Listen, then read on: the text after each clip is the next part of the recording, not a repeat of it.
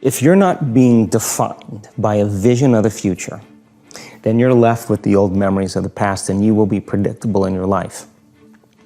And if you wake up in the morning and you're not being defined by a vision in the future, as you see the same people and you go to the same places and you do the exact same thing at the exact same time, it's no longer that your personality is creating your personal reality. Now your personal reality is affecting or creating your personality. Your environment is really controlling how you think and feel unconsciously, because every person, everything, every place, every experience has a neurological network in your brain. Every experience that you have with every person produces an emotion. So some people will use their boss to reaffirm their addiction to judgment. They'll use their enemy to reaffirm their addiction to hatred. They'll use their friends to reaffirm their addiction to suffering. So now they need the outer world to feel something. So to change then is to be greater than your environment, to be greater than the conditions in your world. And the environment is that seductive.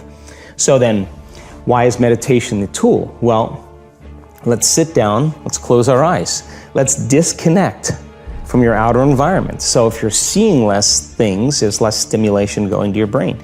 If you're playing soft music or you have earplugs in, less sensory information coming to your brain, so you're disconnecting from your environment. And we have a huge frontal lobe, and it's 40% of our entire brain. And most people, when they have a thought, they just think that that's the truth. And I think one of my greatest realizations in my own journey was, just because you have a thought doesn't necessarily mean it's true. So if you think 60 to 70,000 thoughts in one day, and we do, and 90% of those thoughts are the same thoughts as the day before, and you believe that your thoughts have something to do with your destiny, your life's not going to change very much, because the same thought leads to the same choice leads to the same behavior creates the same experience, and the same experience produces the same emotion. And so then the act of becoming conscious of this process to begin to become more aware of how you think, how you act, and how you feel. It's called metacognition. And so then, why is that important? Because the more conscious you become of those unconscious states of mind and body, the less likely you're gonna go unconscious during the day. And that thought is not gonna slip by your awareness unchecked, because it means to know thyself. The word meditation means to become familiar with.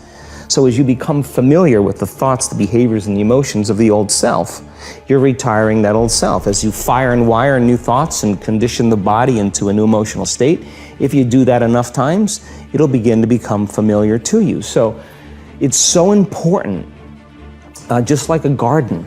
If you're planting a garden, you gotta get rid of the weeds. You gotta take the plants from the past year and you gotta pull them out. The rocks that sift to the top that are like our emotional blocks, they have to be removed. The soil has to be tenderized and broken down. We have to make room to plant a new garden. So primarily, we learn the most about ourselves and others when we're uncomfortable. Because the moment you move into that uncomfortable state, normally a program jumps in. When that program jumps in, it's because the person doesn't want to be in the present moment and engage it consciously. So when you teach people how to do that with a meditative process, turns out that when they're in their life, they're less likely to emotionally react. They're less likely to be so rigid and believe the thoughts they were thinking. They're more aware of when they go unconscious back into a habit, and that is what starts the process of change. And so we have to unlearn before we relearn. We have to break the habit of the old self before we reinvent a new self. We have to prune synaptic connections and sprout new connections. We have to unfire and unwire and refire and rewire. We have to unmemorize emotions that are stored in the body, and then recondition the body to a new mind and to a new emotion, like deprogram and reprogram. That's the act, and it's a two-step process.